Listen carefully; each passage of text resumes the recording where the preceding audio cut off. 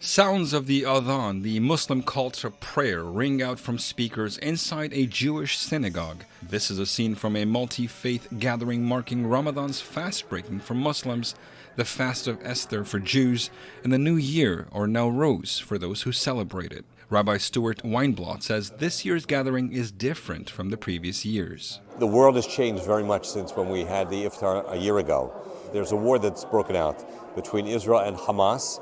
Despite increased uneasiness over the Israel-Hamas conflict, more than 100 people attended the meal, organized by the American Muslim and Multi-Faith Women's Empowerment Council, or AMWEC, in collaboration with the Combat Anti-Semitism movement. Our neighbors will not change. These will be Christians, Jews, Hindus. We need to keep the politics separate and see each other as humans and see how we can bridge the gap.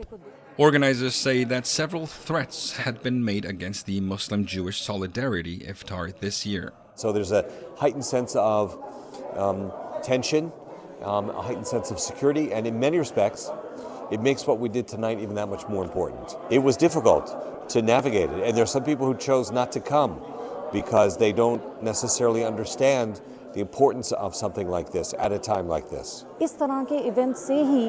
Events like these are the only way we can move forward.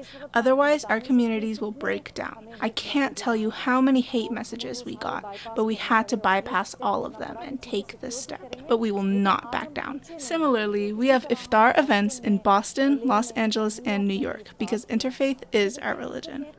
Michael Herzog, the Israeli ambassador to the United States who attended the event, says Jews have been encountering a surge of hate and anti-Semitism in recent months. He recommended addressing these challenges through faith, education, and the construction of bridges, and thinks events like the multi-faith iftar can send a positive message. I hope that message resonates all across the board, because these are difficult days where we all experience hate, anti-Semitism, Islamophobia. This is the answer.